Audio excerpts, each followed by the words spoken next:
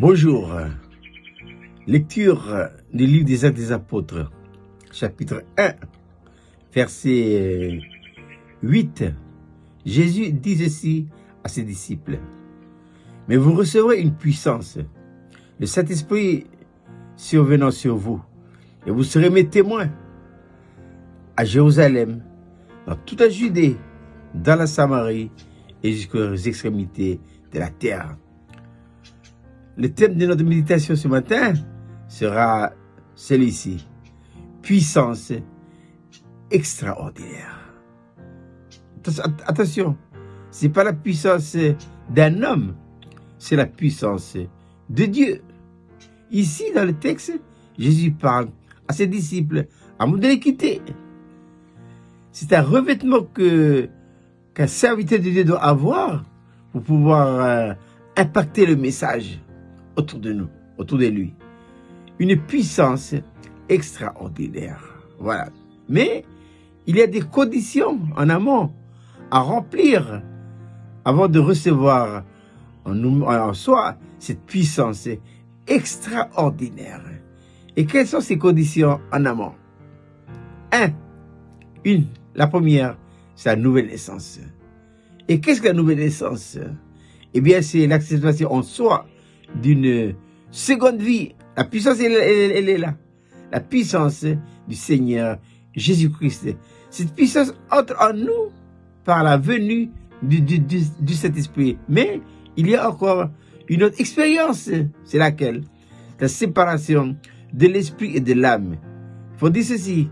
C'est qu'à cause du péché, nous sommes devenus intérieurement un schiste, un véritable désordre. Il faut ordonner ça. Il faut que l'esprit retrouve sa juste place en tant que poste de gouvernement, l'âme en tant que serviteur, ainsi que le corps. Voilà. Jésus, dans l'incarnation, intérieurement, était disposé ainsi. Il avait un esprit, une âme et un corps. Oui, parce que lui, il n'a pas été touché, affecté par le péché. Mais quant à nous, nous avons été affectés par le péché. Et maintenant, il faut le rectificatif.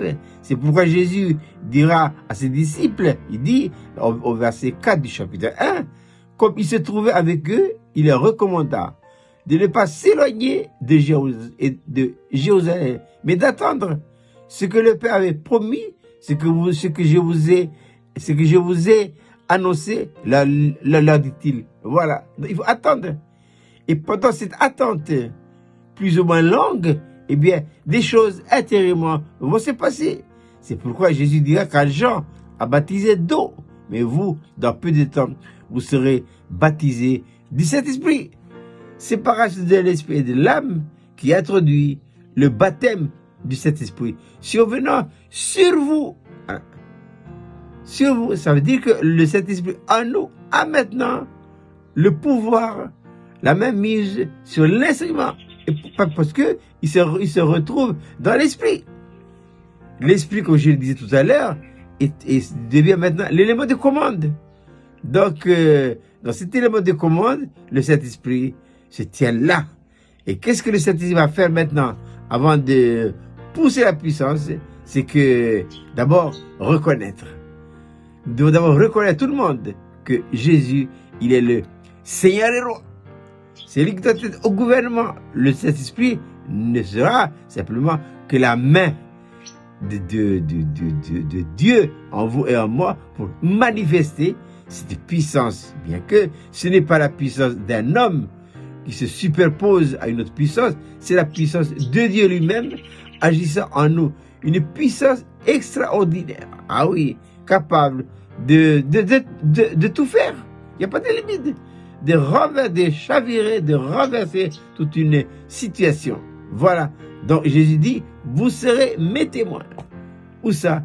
À Jérusalem, Judée, en Samarie et jusqu'aux extrémités de la terre. Nous serons nous-mêmes, par notre prédication, notre vie, un témoin vivant de la personne du Seigneur Jésus-Christ. Voilà, je répète, pour nous ce matin, c'est de belles petites méditations avant de commencer la journée. Jésus dit, vous recevrez une puissance extraordinaire. Ce n'est pas la nôtre, mais celle du Seigneur Jésus-Christ. Je vous souhaite de passer une agréable journée.